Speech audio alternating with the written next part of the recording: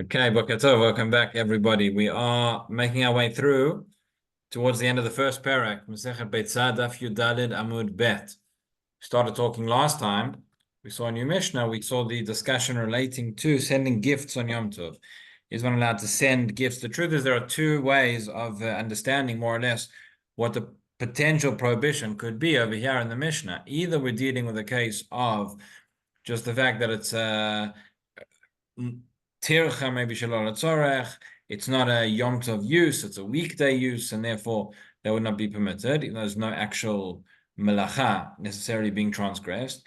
The other understanding may be, and it's not such enough kamina for this Mishnah, but it will be for the next one, is that we may be dealing here with a case of hotza'ah shalol tzorech. And we've already learned that there is no that when it comes to the melacha of hotza'ah, we say mitoch shotra letzorech, otra nami shalol letzorech, meaning that by all the melachot of ochel nefesh, really, that when we say any melacha which is allowed for the sake of ochel nefesh would also be allowed not for the sake of ochel nefesh, right? That's mitoch shotra letzorech, otra nami shalol letzorech. So since you're allowed to carry food, you could carry, according to Beit Hillel, lulav or whatever it is on Yom Tov. First of all, we saw that is a machloket between Beit Hillel and Beit Shammai. Beit Shammai don't subscribe to the principle of mitoch. It's going to come up again later in the Masechet. Beit Hillel do subscribe to that, but Beit Shammai do not.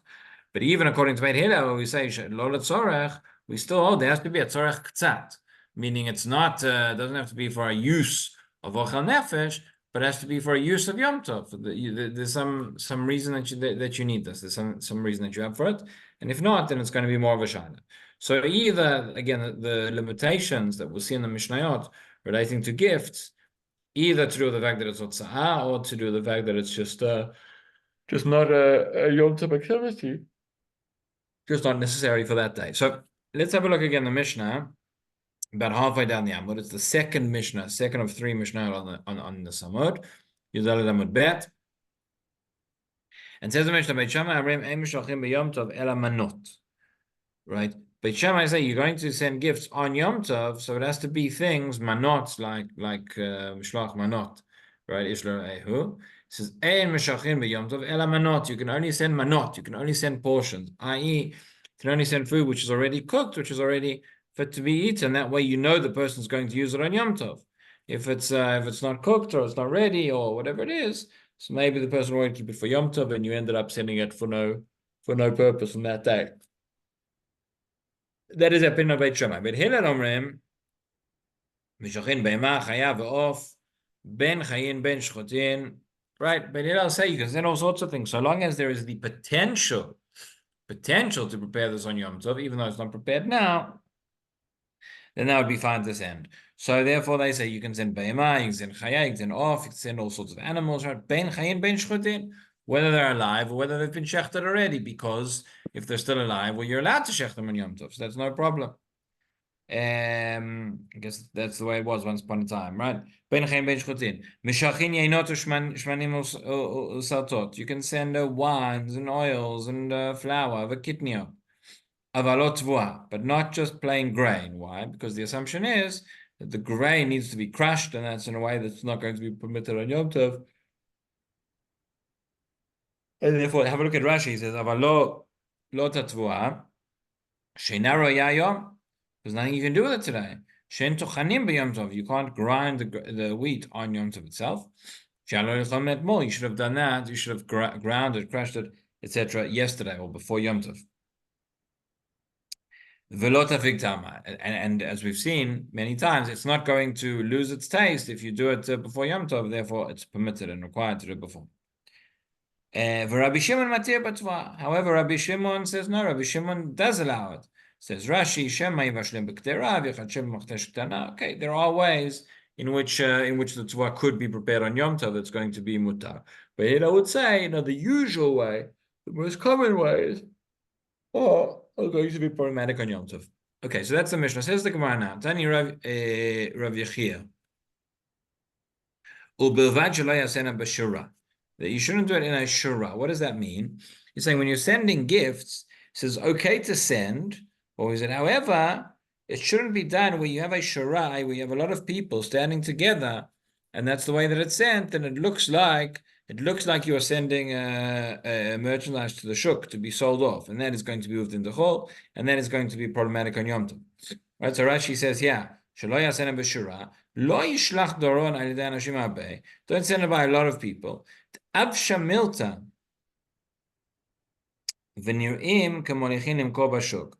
This is going to be this is not proper. It's not fitting for Yom Tov. Looks like that's the way you send off your merchandise in the shuk. So therefore you can't do it. So how many people is a lot of people? So says the Gemara, Tana ein shula chutam mishlosha bnei adam. If it's less than 3 people, it's okay. 3 people or more, that's going to be a problem. So by Rav Ashi, tlata gavra, tlata mine, my. Okay, what if there are 3 people, but you're sending different food items, sending 3 different items. So each one is only being sent by one person. It's 3 people because one person can't carry it all. So is that considered that it looks like a shura, that it's like you're sending, looks like you're doing business? Or is that okay? Because even though it's a lot of people, it's just 3 different items. Once the Gemara teku, yeah, we have a teku, we're not sure, and that is left unresolved. By the way, the word teku, there are some girsaot, some of the manuscripts, teku may be related to the word tekum, which means let it stand. Right? It's quite popular nowadays to understand that teku stands for, is an acronym of Tishbi Yetaretz Kushiota Bayot, right? Eliyahu Navi is Tishbi. When he comes, he'll solve all these conundrums for us and he'll answer the questions. But that is that is one understanding. But the simple meaning of the word probably is just teku, just means let it stand, let it be unresolved. Because in modern Hebrew, the word teku, that's how you say a tie. If there's a tie, as in a sports match, the 2 teams have the same number of points, and it's a tie. I remember Rabbi Sachs told us once when he came to Israel, you hear everything is so frum. You have you hear them commentating on a football match between Arsenal and Manchester United, and it's a teku, let Eliyahu Navi come and resolve it. So that's but in any event, that's where the word comes from. Teku is let it stand. Okay, continues the Gemara. Rabbi Shimon Matir B'Tuah. So we saw in the Mishnah that even though Beit Hillel would allow different items, they said that when it comes to Tuah, that is not permitted. But Rabbi Shimon said, yes, you can send it on Yom Tov. Tanya Rabbi Shimon Matir B'Tuah, Kegon, Chitin לעשות מהן לודיות, שעורים ליתן לפני בהמתו, עדשים לעשות מהן רסיסין.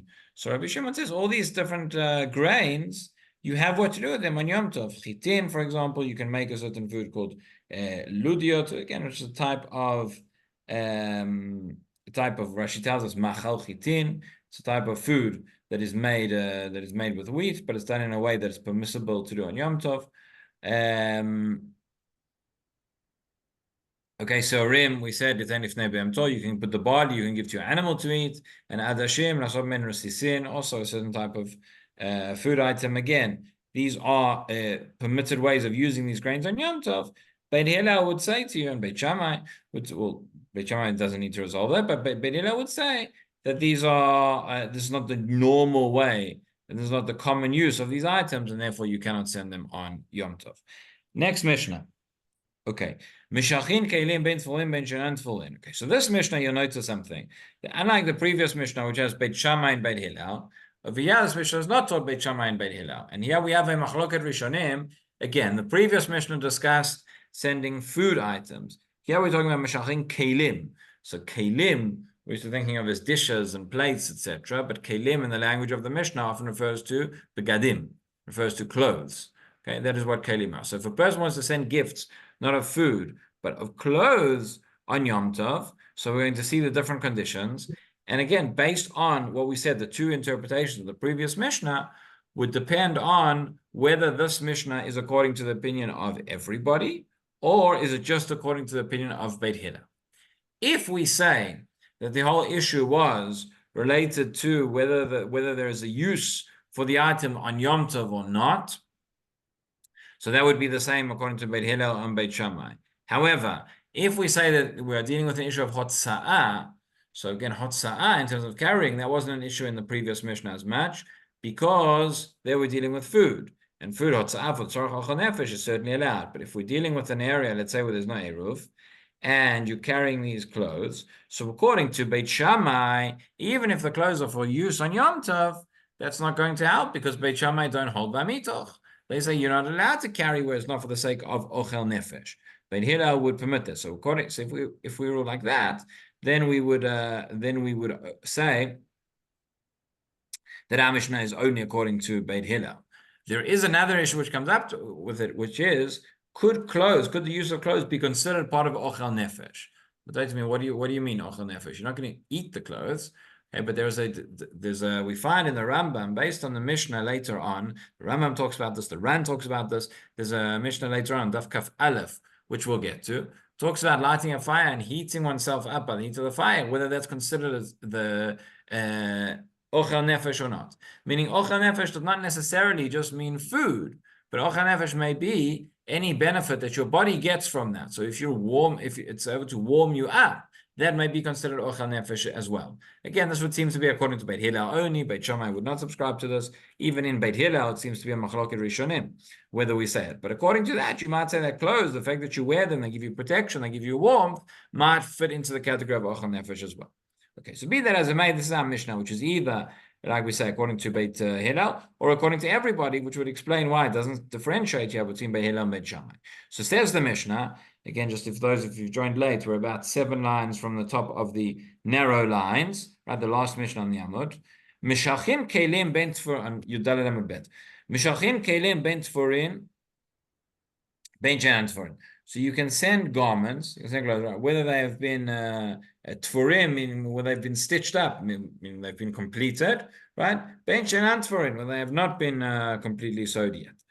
Afal pi sheyesh ben kilayim. And even though they have kilayim in them, even though they have shatnez, the Gemara is going to try and explain what are you going to do with a beggar that has shatnez, right? I understand a beggar that's been sewed up or a beggar that hasn't quite been sewn up, I might still be able to use it. But what used to have, certainly can't wear it if it has shatnez. Okay, so we'll see that in the Gemara. But these are the cases. So you can send clothes, either of these categories, so long as it's for the sake of the moed, the sake of Yom Tov, right? If you're, let's say your cousin has come from overseas to visit you, and they brought clothes from overseas, they've brought a whole suitcase. So on Yom Tov, they're not going to come and give you the whole suitcase that you're not going to wear on Yom Tov, right? That's not the point. If it's one garment now that's for the sake of the moed, that's what you can give. Avalo sandala mesumar, not the sandala mesumar. Okay, so the Gemara will go into this a little bit as well. A very mysterious and tragic story is told in the Gemara on Shabbat about a sandal mesumar, the type of sandal that they would wear. It's made of wood and it has nails. I guess the nails are sort of sticking out on the bottom. The Gemara on Shabbat tells a case where Jews were hiding in a cave and they thought that the enemies were coming on the outside, and they all started to push each other, and they were wearing these sandals which had these nails, and it was a very, very tragic event, and many of them died. Wasn't that far back?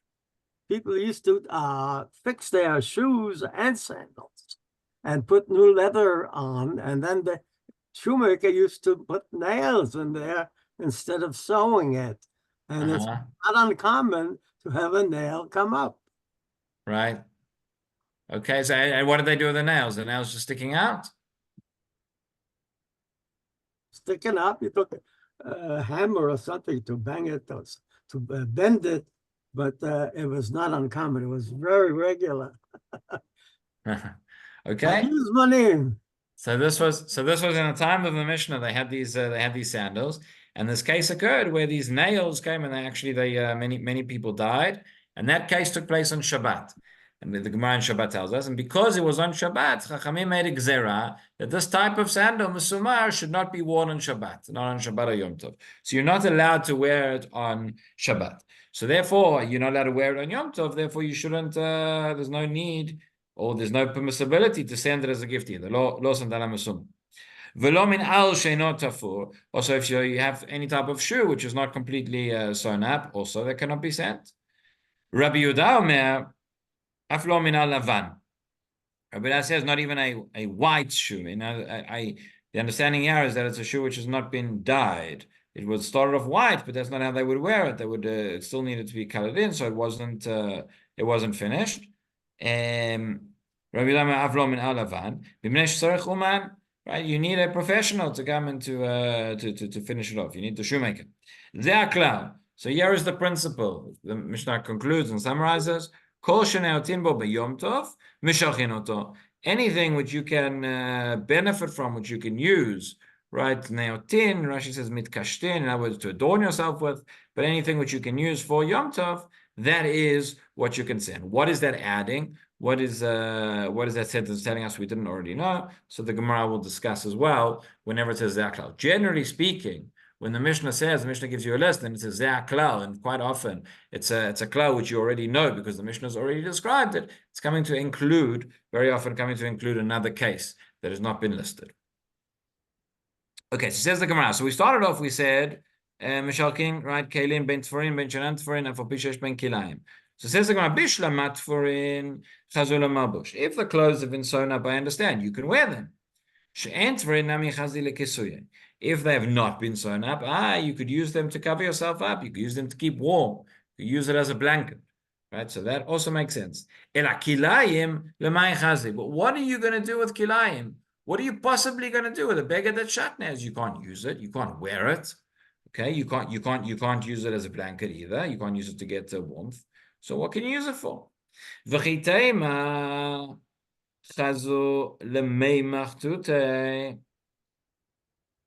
Right? Maybe you'll say that you can fold it up and you can put it underneath you, that you can sit on top of it. Why would we say that? Where do we say that from? So Vatanya, it says in the Braita, Lo ya'aleh alechem. There are two psukim where the Torah tells us about shatnez.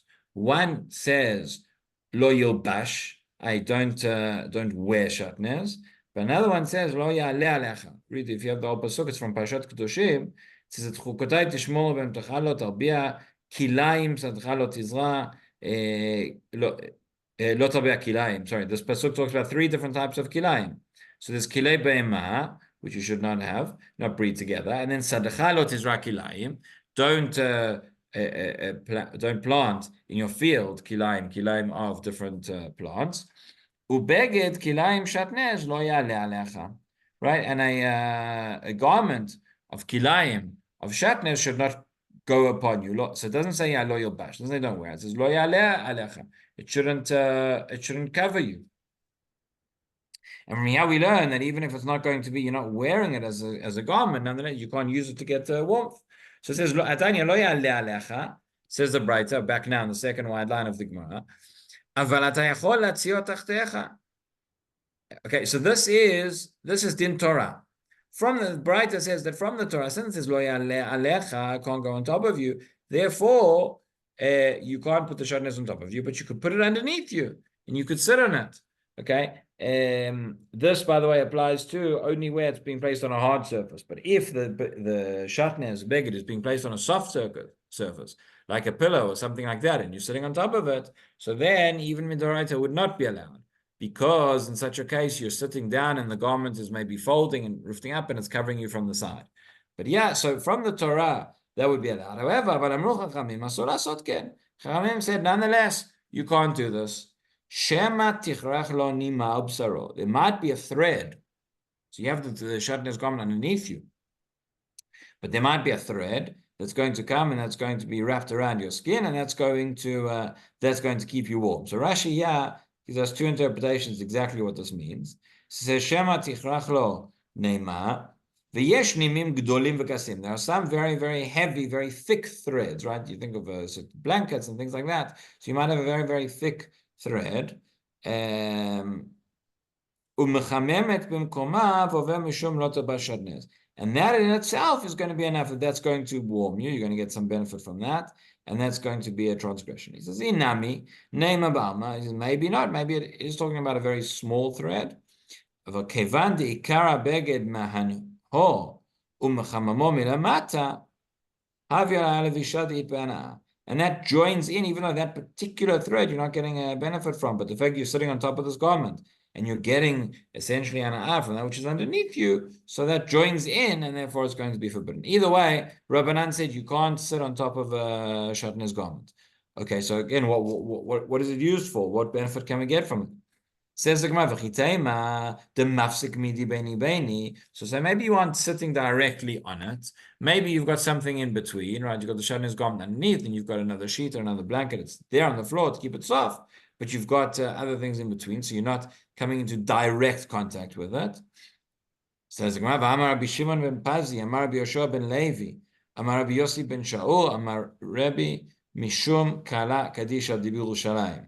Interesting there. This was a long-standing Masorah in the 5 different Chachamim. It says, "Afilu esem matzaot zoga beizor v'kilayim tachten asur lishan aleim." Says even if you have 10 different sheets, one on top of the other, however many you have, but the point is you have kilayim at the bottom, even though you're not coming into contact with it, asur lishan aleim. Nonetheless, you're not allowed to lie on them. You're not allowed to.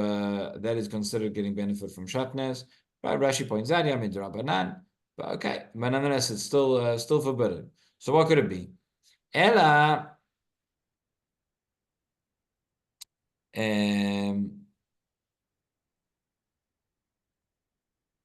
Right. So say Ella onto the last line now. Bavilon.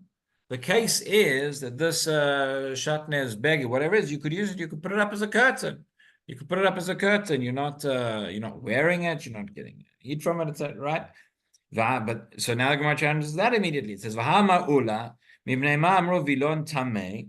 Okay, without getting in now into all the complexities of the Tarot, but we say that a vilon is tamei in the same way that the clothes are going to be makabel tum'ah. So too, the curtain, we don't judge it like the walls, which do not receive tumah, but we judge it like garments and kelim, etc., which do. Why is that? The shamash, the person is right, the attendant in the house sometimes uses the curtain to warm himself up. Have a look at Rashi. At the bottom of the curtain he's going to use to wrap himself up to keep him warm. And therefore it's considered a kli. And therefore you're also not going to be allowed to benefit to use it if it's a shatnez. You think about. I remember sometimes with the curtains, sometimes the kids like to go and wrap themselves around and play hide and seek and use the curtain as a blanket, whatever. It's not uncommon. So okay, we're still stuck with this question. What are we doing with this shatnez? Where can you use it? The Mishnah said you can send kelim that are shatnez on Yom Tov. So you can benefit from it from Yom Tov. But as we've seen, you can't sit on top of it. You can't sit on top of it with something in between. You can't use it as a curtain. So what? So answers the Gemara now over, and we're now into the next daf. It says Ela bekashin. We're dealing with a hard garment, okay? Says Rashi, "Bekashin, begadim kashin, she'en machamamim," which you couldn't use to, you wouldn't use to warm yourself. Mutar le'shev that you can sit on top. Right? It might be that at this type of garment there are no threads that are going to wrap around you. Okay, but that's what it is. V'chi hade amar avona breder of Yoshua, hai nimta gimda deneresh shalia, namta gamda denalash. Right. So this is this type of beged. Nalash is the name of a place. The narash is Rashi's makom. So there's gamda. Namta gamda. This is a certain beged which is made of a certain material which is very, very hard. That is going to be mutar, even though it is kilayim. Amar of Papa, Ardelin, ein by mishum kilayim. Okay, so now we continue talking about some related dinim related to shatnez. Rav Papa says Ardelin, which are sort of like soles that you put in your feet that are attached to one's shoes.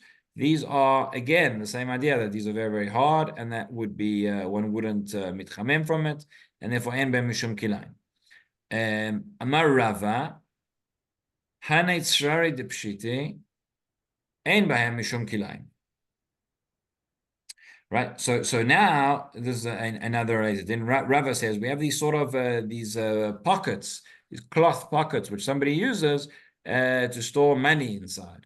So Rava says Hanei tzrari de pshiti, ein bahem mishum kilayim. The vizrani yesh bahem mishum kilayim. Okay, so those which are used, those which are dipshite, those which are used to have to store coins, to store money, those would not have kilayim, because there we understand that the material is going to be it's got the coins, and it's going to be very hard, and that would not be considered kilayim shatnez. However, the vizrani, right, those which have got you're going to store wheat and you're going to store seeds inside, those would have kilayim yesh b'hem mishum kilayim. That is the opinion of Rava. Rav Ashi amar echad zeh v'echad zeh en b'hem mishum kilayim lefi she'en derech chimum b'kach. But she says, no, these at least are right, at least on the right level, are not going to have kilayim. It's not the way. These are these things which you kind of put in your pocket, and you have these are not used for warming oneself up, and therefore there is no. It's not the regular way, and there is no kilayim. Okay, that is a side issue based on the discussion of our Mishnah. Okay, let's just do one more and then we'll stop. So we said avalo sandala mesumam. So sandala mesumam ma'itama lo. Why can we not send the sandala mesumam? You could theoretically you could have worn it on Yom Tov. So it says no, lo mishuma seshaya. This is because of that which took place. Rashi points out that was in Masechet Shabbat. That was that story where a tragedy occurred based on these the nails from these sandals, and therefore they forbade wearing them on Shabbat and Yom Tov.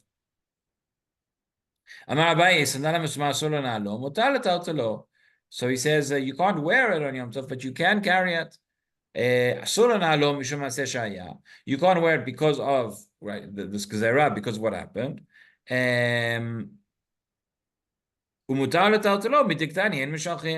but you are allowed to carry it, and I know that because the Mishnah says Ein Mishachin. If the Mishnah says you can't send it, right? So the Isa Kadata Chasol Taltalo Hashta Letaltule Yasur Mishachin. If you thought that it was a muktzah, so then obviously if it's muktzah, you need a Mishnah to tell me that I can't send it. Obviously no, so obviously it's not muktzah, but the Mishnah tells you can't send it. That is the Sandala Mesumah. Okay, based on that, we're going to get, the next part is going to be a little bit of a discussion about tefillin, and that will take us to the end of the parak, Be'ezrat Hashem tomorrow. Thank you. Thank you very much.